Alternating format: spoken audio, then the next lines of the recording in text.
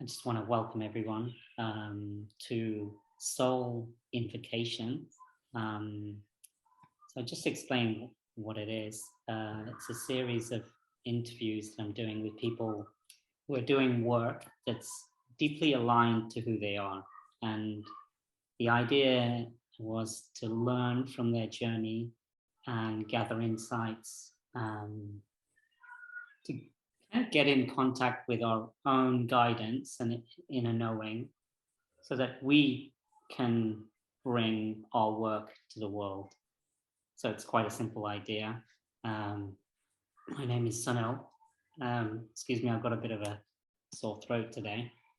And so I'm doing this as part of my work as a transformational coach, helping people create work that's aligned to who they are, and which is an expression of their authentic selves. So today I have Roz, and I practiced her surname, and now I'm not sure if I can say Eziefula. Yeah. Did I say it correctly? That sounds fantastic. And I met Roz the other week as part of a female entrepreneur group. Yes. I was privileged enough to be allowed to go to it. So, and during that, she was telling her story of how she made a transition from being an international lawyer to now running her own business as a personal trainer and wellness coach. And I was kind of intrigued to learn how she made that journey. So it feels like quite a significant change. And I was curious how you navigated that. So, but before we get into that, Ross, maybe you can tell us. So, what do you do currently as a personal trainer and coach, and what are you passionate about, so that we have some context? Oh, maybe it's easier to answer first what I'm passionate about, which is helping people. As simple as it sounds.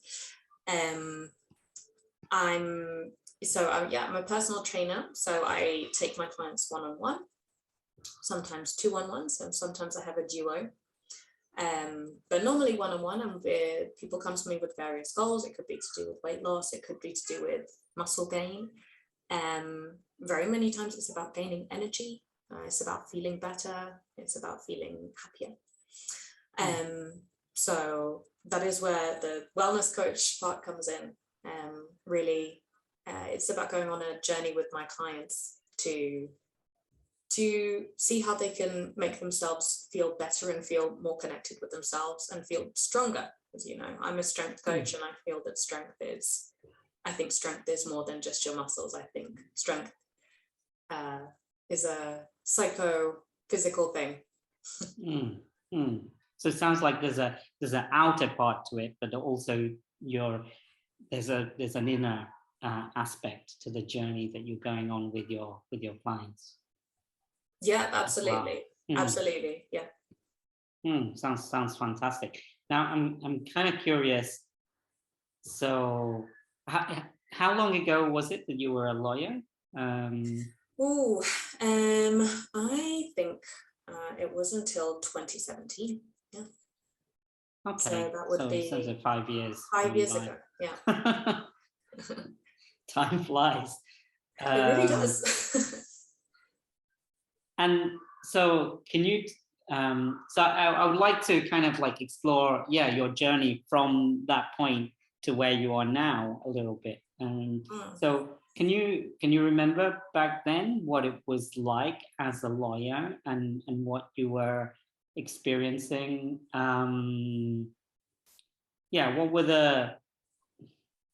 What was it like being a lawyer, and what were the first signs that you needed it to make a change? Okay, great question. Well, I think I really enjoyed the intellectual part of being a lawyer. I would say in particular, I enjoyed the education for becoming a lawyer. So I really enjoyed my law degree and my postgrad.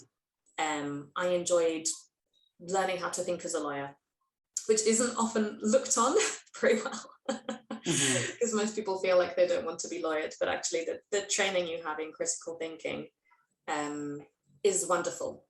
I really enjoyed learning how to think in a kind of an unbiased way, where you have to be able to, for example, argue one point of view and then completely split the switch and argue another point of view.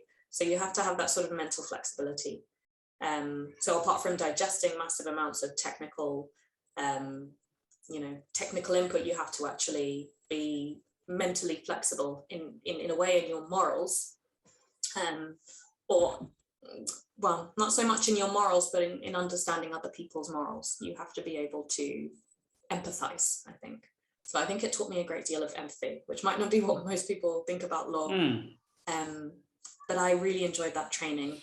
And I think in actually being a lawyer, I think many of my memories are of burnout, unfortunately, because that is what the industry was like at the time. So I was quite a long time in my education to get there. My degree, my postgrad practical course that we all have to do, then in being a paralegal and having a training contract. I think I was a good, I think from start to finish of the law degree to actually qualifying as a lawyer, I think was a good 10 or 11 years. So it was a long time in it. And I think the difficult part was the corporate culture and the corporate practice. That was what I found. Sounds like quite a difficult environment. Yeah. Quite demanding, I imagine. I think when you do your degree and you're sort of 18 or 19 years old, you have lots of amazing idealistic views about the world, how you're going to come out of university and change the world. So it's all very theoretical. But when you get put into the practice, and particularly when you're in a company and the company has a hierarchy, it's great to be idealistic, but you also have to be practical. You have to know how to get on with people. You have to know where you fit in. You have to know how to do your job efficiently. And it's a difficult adjustment to make. Sometimes you feel like you haven't been able to bring those skills, those theoretical skills you got from the degree, because it becomes more of a how do I say it, like reaching numbers at the end of the day rather than practicing legal theory. So it sounds like you had kind of particular motivation for going into it, for studying it. It felt like it was kind of aligned with some values that you had at the time. But then when you got to the reality of that context, things weren't, it wasn't quite what you imagined. I think you're totally right. I think I probably had a more idealistic view of it. And like a lot of people who are 18 or 19 years old, I wanted to change the world and make the world a better place. And what I was studying and what I was invested in would do that. But the reality is the financial crisis hit sort of a year before I left uni. So I left university in 2009, and the economic crisis hit in 2008. So the job market was not the wonderful field of opportunities that I'd dreamed of, where I would become a human rights lawyer and change the world and help people. So it was a rat race, and it was dog eat dog. And the jobs that were there were not always very high quality jobs or well paid. They didn't always have a lot of opportunity for progression. And with a lot of people saturating that field, the legal field, people became quite expendable. And people in the law firms were often told that they were expendable, so that if you didn't do a certain amount of hours or go above and beyond the call of duty, that there was always someone ready to replace you and give a little bit more than you gave. So it was quite a competitive kind of environment. It was. It was. And what were the, so how did you notice that, well, this kind of didn't fit you, or that you needed to make the change or make some sort of change? What were you, how did you know that? I think I didn't have good enough communication skills to be in, either to be in the corporate field in general or to be in the corporate field at that time. I think I had a lot of work yet to do on myself. Yeah, in terms of how would I say it, communicating issues you have to other people in the team or to managers, and being sort of having more of a placid character, being more diplomatic. I think I was too much of a hellraiser. And a bit too much of a rebel to be in the environment I was in. Law, I don't know what it's like now because it's been a while since I've been out of it, but law, when I was in it, was quite hierarchical and quite stuffy. And you did have to fit in with what, do what you were told and not rub the wrong person up the wrong way. Okay, so there was I'm not level of like friction kind of happening. Yeah, I think so. But I think there's also just a youthful naivety to it. I think that on one hand, perhaps I didn't fit in with this very strict old style hierarchy, but I think also I had a lack of diplomacy, which I still work on, and I hope I try to improve. And so, can you remember like how you felt in the moment where like you kind of initiated some sort of change? Like, can you remember what that was like? How did you feel when I initiated a change? I felt in control, which was really nice. I think it takes time to learn how to draw boundaries. I think it's very, very difficult to draw boundaries, and particularly so when you're young or you're in your 20s. So I think I had struggled to draw boundaries with the hours I was doing and the effort I was putting in.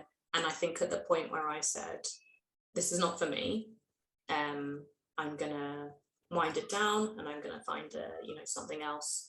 I felt like I'd taken back a little bit of control of my life. And what was the specific part that didn't work for you? I was, at the time, on a training contract about to qualify, and the training contract had to have a certain format where you studied different areas of law. I won't get too much into it, it's very boring. But you have to study lots of different areas. They're called seats. And the firm I was studying with or training with, they did not want me to do all of the seats because they wanted to plug a staffing gap they had in one department. So they weren't letting me go and train in the way I should, in the way that was regulated for lawyers. So I got stuck in personal injury for several years, not being able to get out and saying, oh God, this, I'm meant to be able to train in family law, property law, contract law, whatever. So I had not really dreamed of doing personal injury when I was at university. So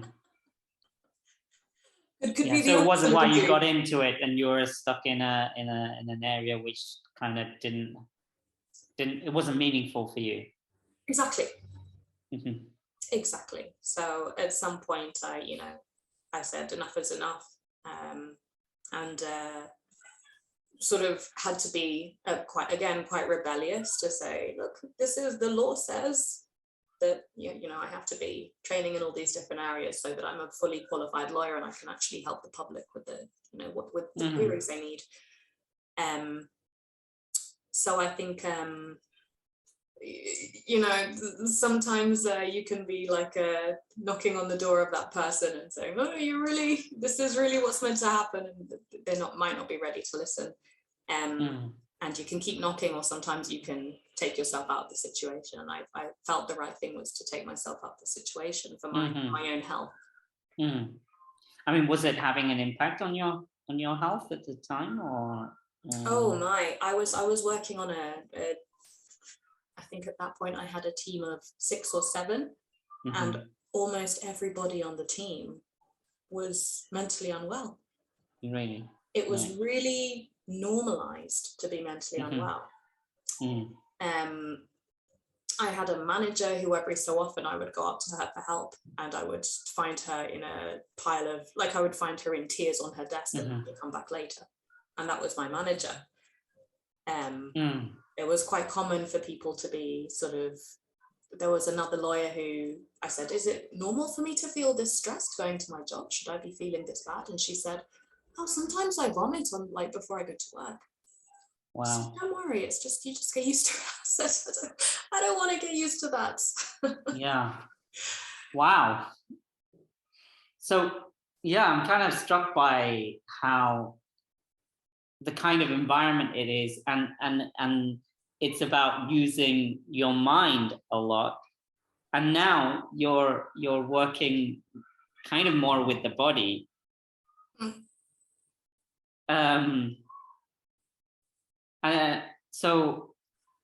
So you saw that it wasn't working. So how did you go from that to what you're doing now? Like, what were the steps in that? Well, I really felt my health falling apart at that point. You know, my mind and my body. And you started paying attention to that instead of, like what you were saying, it was normal to just kind of ignore these things and just push on through. I started working out quite a lot. Right. I mean, I'd already been working out since I was 19 years old, but I started working out more. This might sound really weird, but I had a turning point one day where I used to go to sleep in my makeup. So I put my makeup on, go to work, and then I just think I'm going to be so tired before work, I'll just wake up and it'll be on already.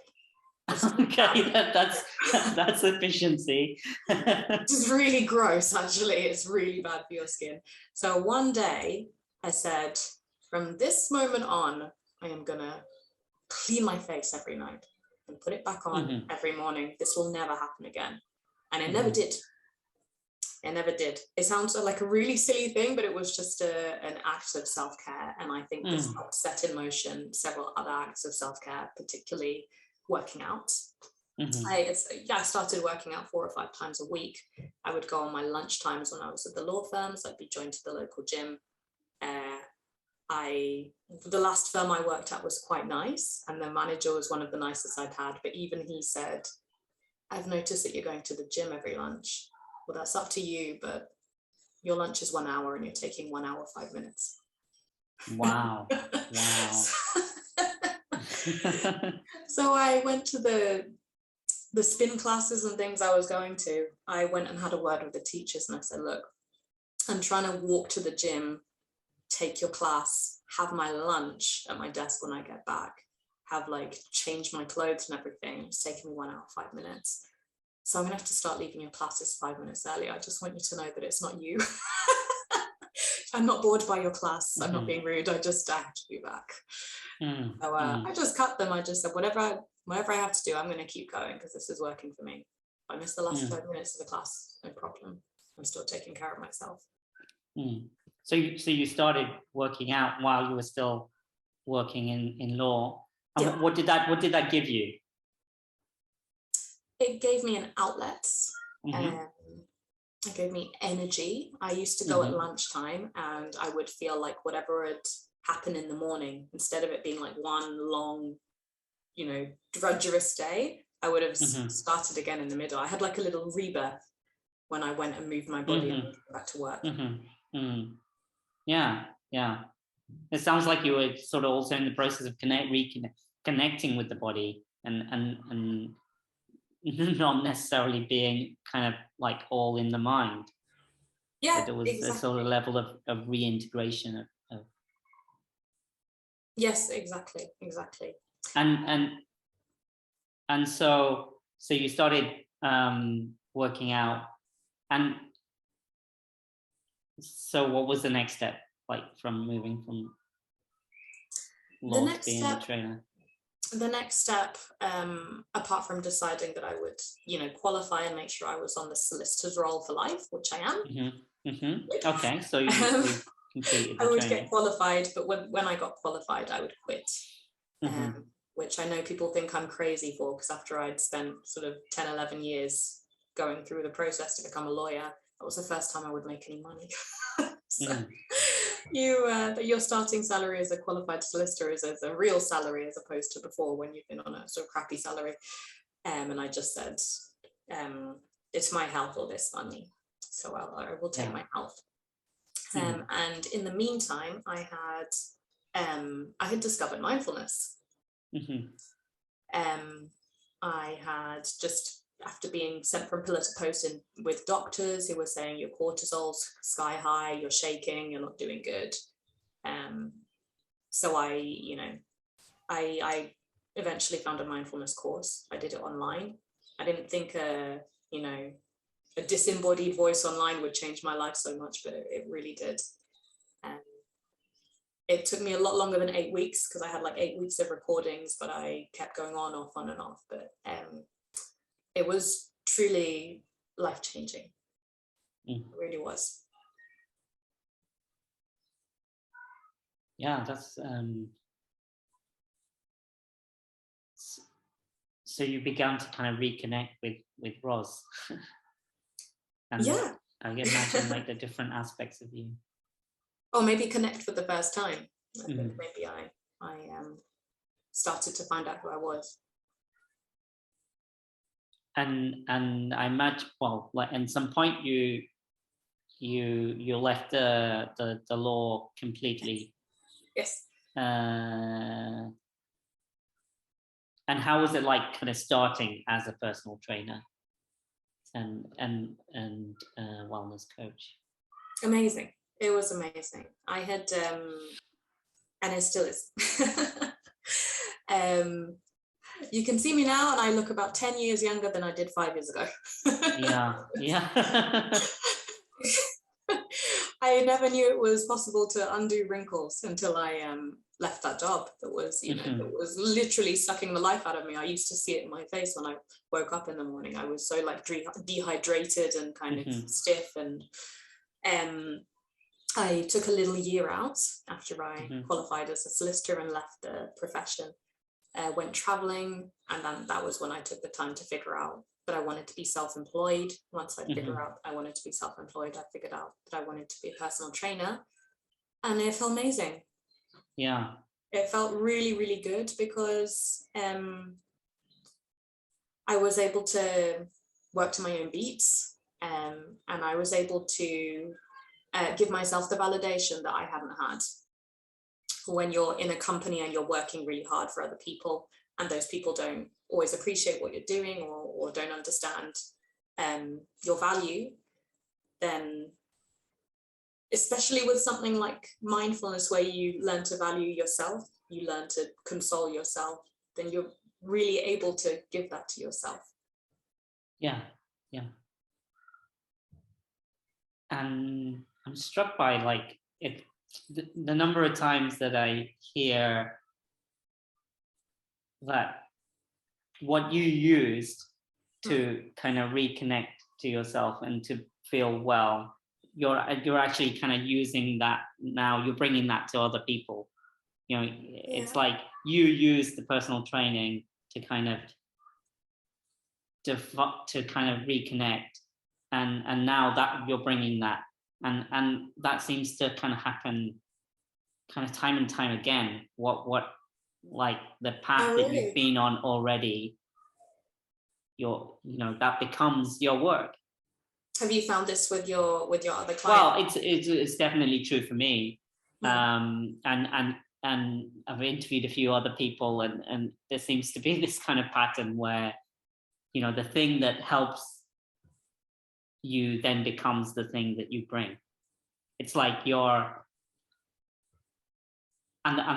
challenge, it's like the void, whatever was kind of missing, gets turned around to become like the the gift that you bring.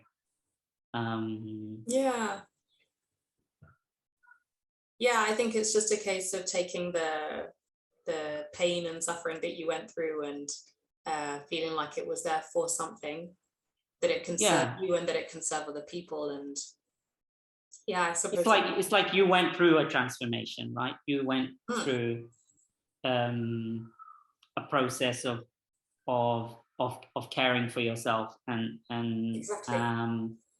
And looking into what you really needed rather than what people were telling you from the outside, what worked for you. And you had the courage to kind of go in that direction, and you kind of forged a path. And I imagine you're helping people to do that now. I try my best.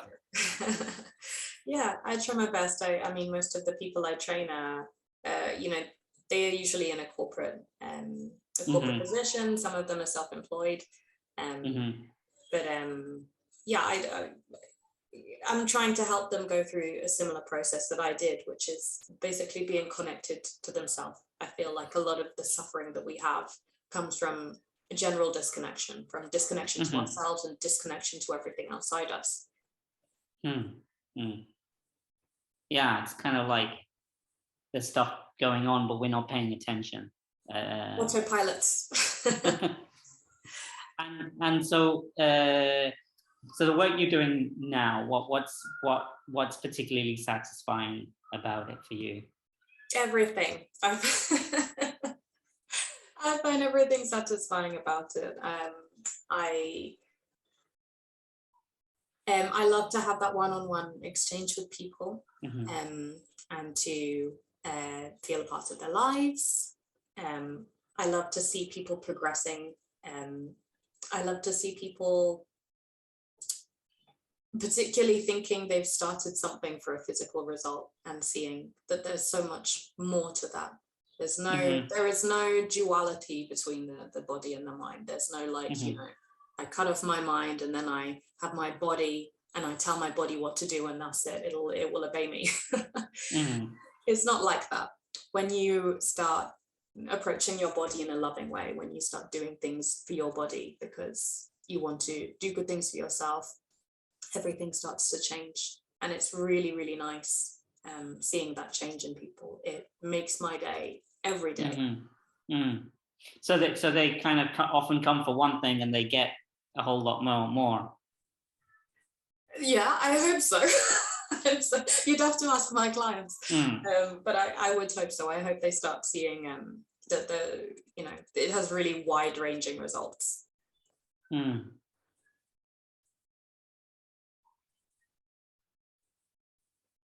And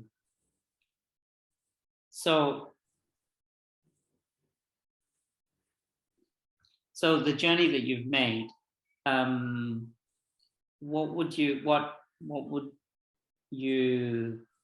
what piece of advice would you give someone who wants to do work that's deeply satisfying for them?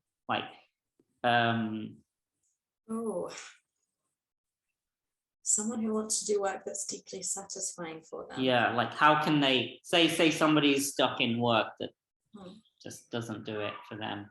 Like, what's important to That's know? such a difficult question,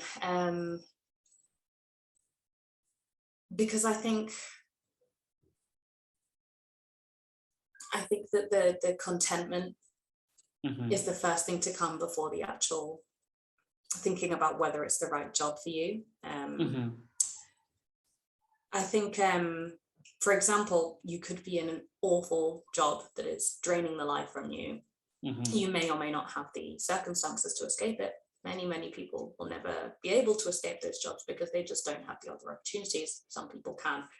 But you could also be in a job that's not that bad, that you struggle with contentment, with looking for greener grass somewhere else, or lusting after this that the other person has. So I feel like the most important process is having an inward connection, thinking, what is the distinction between what I want and what I need? Am I getting what I need in this job? Or am I getting what I want? So go on. You mentioned an interesting word, which was draining. And it seemed like one first step would be to start to pay attention to that, like, and how your energy is being drained. Yeah, exactly. So being able to tune in with yourself, like, it's amazing how many people don't really notice where they have bits of aches and pains in their body, or things that are not very limber, like a shoulder joint that's not moving the way it should, or a knee, or a back, or whatever. Sometimes they don't notice these things until they stop. So I think there really needs to be a stop. Even if that stop is just to give yourself like 2 minutes in the morning where you just hear yourself. You hear the birds, birds outside, hear your own breath, feel your own body, feel where you touch the floor, and just go like, what is going on here? What is going on with me? What am I feeling? Before we start desiring things. Yeah, I like that. Like, sort of paying attention and reconnecting as a first step. And often that can be like, your body speaking to you. I mean, the person vomiting on the way to work, I mean, there might be a reason for why that reaction is occurring. It's nice to laugh about it now. Yeah. But sometimes, when we're not paying attention, the body starts to kind of scream and really does. Get your attention in that way. It's amazing what people start to think is normal in their working life.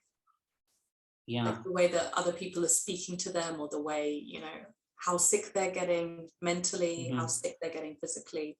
And we just say, oh, well, as long as other people are doing this, then it's fine. Yeah. So, taking a pause, paying attention to what. Yeah, that's great. I just want to thank you, Roz, for having this conversation. Thank you. And bringing these insights into the process of creating the work that you have, and transitioning from, it sounded like something that was making you in fact ill, to now kind of bringing that to other people as well. So that's kind of wonderful. So thank you for having this conversation. How can people connect with you? Where can they find you?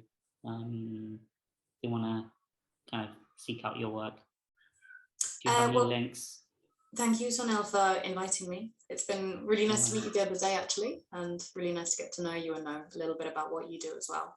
And it sounds like you're providing a really, really valuable service to the community. I'm on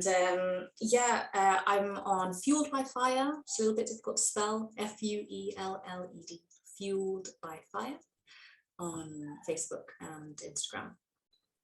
Okay, great. Actually, if you pass those links to me, I'll put them in the blurb with the video. And and people can connect with me on my website, freeyourflow.org. I also have a Facebook group that you can find through the website. The links will be under the video. So, and anybody who wants to follow more of these interviews, just like and subscribe. Yes, I will be. I want to see who you've got up next. I'm looking forward to seeing more.